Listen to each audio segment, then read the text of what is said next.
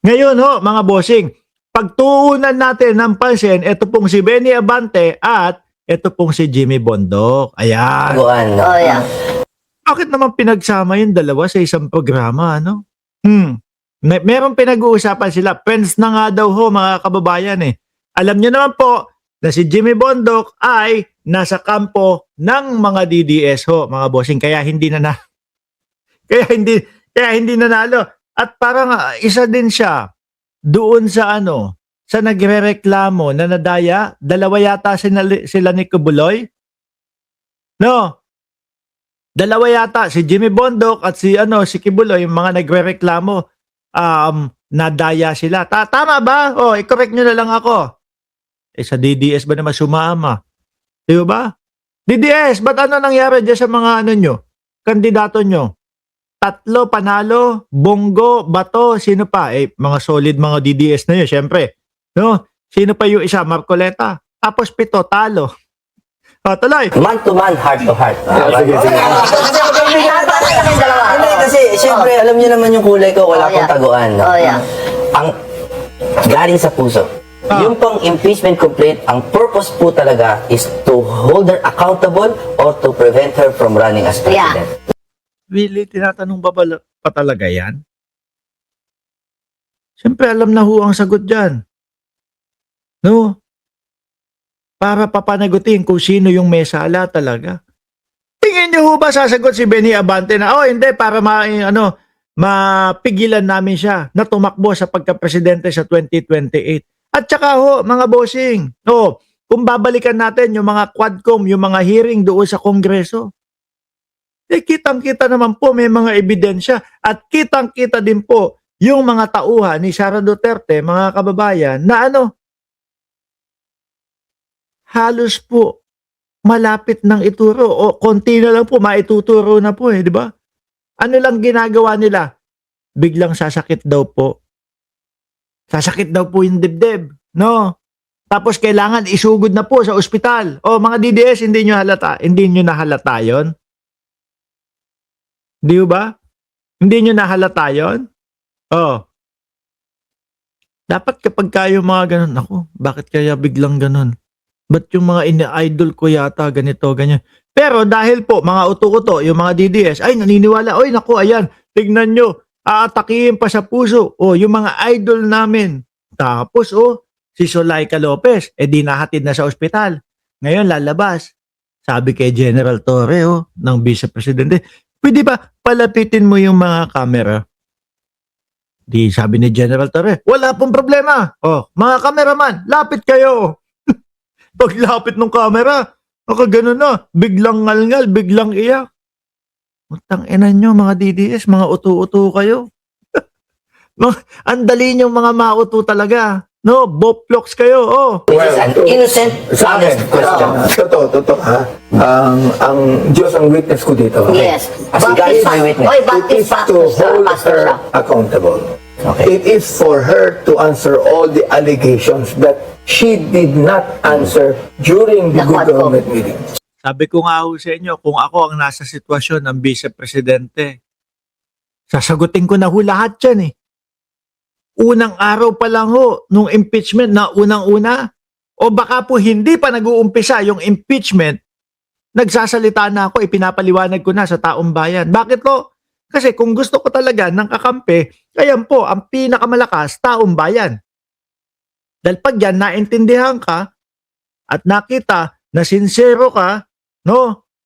Yung pagiging sincere mo doon sa ipinapaliwanag mo na totoong hindi mo mga ginawa yon, ay naku ho, ang daming sa iyo. Baka yung lagi nilang sinasabi na people power, baka mas malakas pa po yun. Kung maipapagtanggol nila ang kanilang sarili. Kung maidedepensa nila ang kanilang sarili. Pero wala Magtataka ka na lang ho mga bossing Sasabihin nila, sa tamang panahon namin ipapaliwanag yung kay Mary Grace Piatos at dyan sa impeachment na yan. Kasi baka mga umaasa ho na mabago ang lagay. Baka ho mga umaasa, mga kababayan, na meron pang maging butas sa teknikalidad upang hindi matuloy yung impeachment. Dahil pag hindi natuloy, at yung sinasabi nila na tamang panahon na impeachment, edi hindi na naman po magpapaliwanag. Okay na naman ho, this year. Pero hindi ko ho nakikitang ganun yun. No? Kasi pupuliduhin na po yan, mga kababayan. Sisiguraduhin nila na walang mabubutas sa teknikalidad po. Sabi ni Choknat Queen, dapat sagot ni Abante, kayong mga didilis, bakit kayo pilit ninyong unseat si PBBM para maipwesto si Poon? Nako. Siyempre, di utos ho ng mga Duterte, mga kababayan. Bakit? Sobra na po ang pagdurugo. Hindi nila in-expect na kapag kasi Pangulong Bongbong Marcos ang naupo, merong mga ganitong sitwasyon na kumbaga ho, kasama sila sa mga iimbestigahan. Walang pili. At yan, para sa akin, yan ho yung magandang presidente. Yan po yung maayos na presidente. Wala pong utang na loob na tatanawin. Kasi pag may utang na loob, depensahan ko to. Ako na bahala dito. Hindi ko hahayaan to. Bakit? Pag hinayaan ko to, ano naman yung utang na loob ko?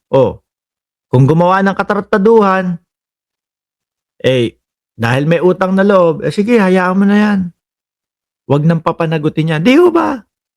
Kaya yung Bongbong Marcos, kahit pa nagtayo ng tent si Kibuloy dyan, kahit na may mga pa-speaker pa si Kibuloy nung panahon ng eleksyon, kung may nagre-reklamo kay Kibuloy at nakita na yung inirereklamo ay may bigat, sorry, pasok ka muna sa oblo.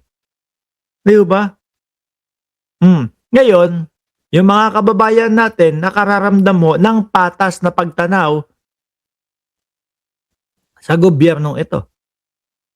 Yung mga maliliit na kababayan natin hindi matatakot na, nako, dahil ako mahirap lang, maliit na mamamayang Pilipino lang ako, talo ako dyan sa kalabang ko. Pagka minolestya ng isang mayaman, wala na, lugi na. Ngayon, ang nararamdaman po ng mga kapwa natin Pilipino, lalong-lalo na nang nasa laylayan na inaabuso, may laban sila at patas silang makakalaban kasi may gobyerno ang Pilipinas. Di ba? Tumakbo kaya ako, senador. Pag sarili lang tayo ng mga DDS, hindi ka mananalo. Hindi, wala ho sa utak ko yan at hindi ko trip yung papasok, yung may boss. Nako, yoko. Natuloy, game. So this is not at all in your heart. Hindi ito to prevent her from running because she's very strong. We all admit Pero that. na-impeach na last year, di ba? They Boy, tried to impeach Abiniso, her. Ano daw? Very strong daw. Because she is very strong daw, sabi ni Jimmy Bondoc. Saan banda, boss? Saan banda? Yun yan. Yung kaninang in-explain ko kanina. Sa Antipolo, nag-endorso. Kalaban nung akop. Talo. Si Beatrix Luistro, pinuntahan yung distrito. Talo yung Talo na naman yung kalaban ni Beatrix. Sa Maynila, pinuntahan din yung distrito ni Joel Chua. Talo din yung lahat ng ini-endorso. Paano mo sasabihing malakas?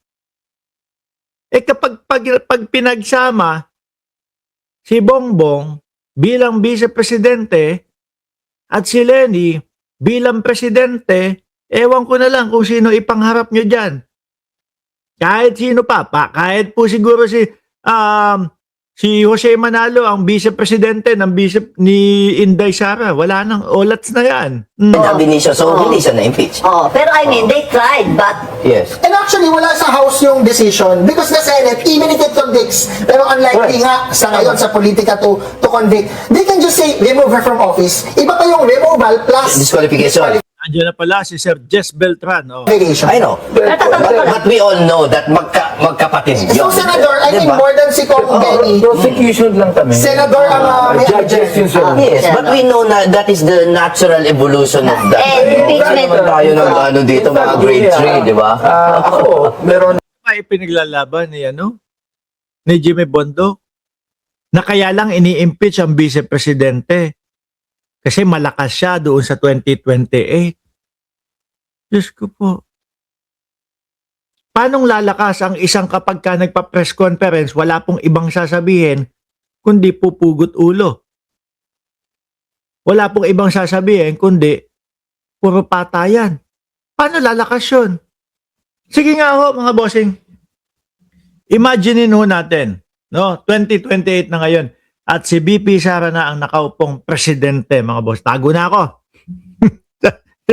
Mga DDS, tago na ako. No? At si BP Sara ang nakaupong presidente.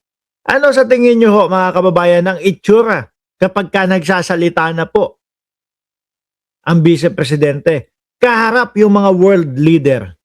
Kung si Trump, kung siya pa yung presidente nun, ano kaya ang sasabihin ng vice-presidente? Paano kaya siya makitungo? Paano kaya siya makipag-usap? No? Siyempre lahat pong yan, mga bossing, naiisip din po ng mga botante. Boboto ko si Sara. Kaya ba niya yung ginagawa ni Pangulong Bongbong Marcos? Ano ang gagawin sa ekonomiya ng Pilipinas kapag si Sara na ang nakaupo? Ano kaya ang gagawin? Hukay-bangkay, tapon West Philippine Sea, pugot ulo, ituk-atuk. Di ba? Bondok, lahat yan iniisip ng kapwa natin Pilipino. Sabi ni Romel Snoop, mag-aral ka na lang, Bondok. Oy, abogado na po yan, sir. Nakatapos na po yan. Kaya lang, napunta sa linya ng mga DDS. Kaya medyo ganyan, no? Now, meron nga ako reservation. For example, like in the Senate. Baka hindi pa manalo yung impeachment eh. Yes. But Baka hindi pa manalo. ako lang po, I had to ask, no? Oh, yeah. That what is in your heart, no? Hindi, kaya nga, di ba, impeachment is a political process. Yes, So, part but, and parcel but na there's yun. also a legal aspect to it because it's governed by the Tatanong ko kayo Constitution. legal aspect na sabi nyo. Oo. Panyero kayo Constitution pa ang tinutukoy. Putek, pagka dinali yan ang Constitution at pinortwid yan ni Soto. Malamang ngal-ngalang kayong mga DDS. dalawa. Di ba may sinasabing fruits from a poison tree? Fruit of the poisonous tree. Oh yeah, di ba? Si Madriaga. Yung evidence kapag yeah? tainted. Oo. Do you think dapat mag-qualify yung si Madriaga sa ano na yun? Well, Hindi ako lawyer, pero i-argue ko the gano'n. only thing is, if ever that Vice President Sara loses in the impeachment court, she cannot run anymore. Yun ang palagay ng marami. Yun lang. Yes. Pero ako, ang unang purpose ko dyan is for her to be accountable to the people. Because, look, hindi naman pinag-uusapan dito yung kanya. Hindi, kasi ho, mga bossing, ang dahilan na lang din po ng pagsabi ni Sara Duterte na siya ay tatakbo sa 2028, yun na lang po kasi ang kaya nilang ipang depensa at gamiting depensa ho, mga bossing. Dahil nga po, di ba, ang tagal na simulan nung impeachment, nung unang impeachment, wala tayong narinig na kahit anong depensa.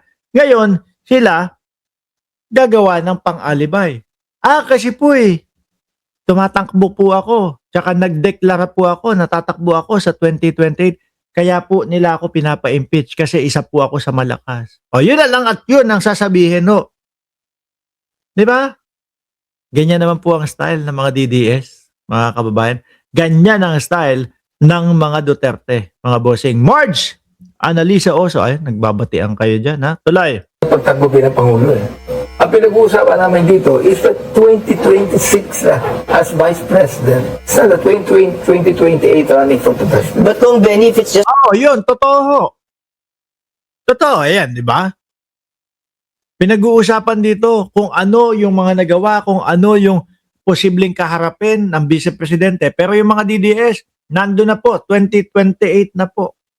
Yung mga utak nila, puro na po election sa vice-presidente. Sino pa? Sila Guanzon. Yun ang mga tumatakbo sa utak nila. Di ho ba? Imbis na ho sana, tinutulungan ng ating presidente upang sa ganon, mas mabilis umangat ang Pilipinas. Hindi. Malayo ho ang iniisip nila. Puro election lang ho. Puro yung makabalik sa kapangyarihan, puro maagaw ang posisyon ng presidente. Di ho ba? to hold her accountable, why not the plunder cases which are pending right now in the Ombudsman? That still holds her accountable and has nothing to do with removal from office. I'm all for that also. Para din, alam mo Bondok, anak nung tinapa. Para matanggal si Sara Duterte sa pagiging vice-presidente, para hindi na makapaminsala pa ng tuluyan. at para hindi na din makatakbo talaga sa mga susunod. Eh kung ganyan ang ginagawa tapos madaming uto-uto ng mga Pilipino kagaya ng mga DDS, eh di lulusot pa. Di ba? O kapag ka hindi umusad yung impeachment na yan, malamang ombudsman ang kakaharapin yan. Mga boss chief, amo sir, magpapaalam na muna ako sa inyo. Hanggang dito na lang po muna. At sama-sama tayo mamayang gabi, alas 8 ng gabi, Pilipinas time. Naka-live po tayo mga bossing. Ulit, maraming salamat and God bless po sa atin lahat.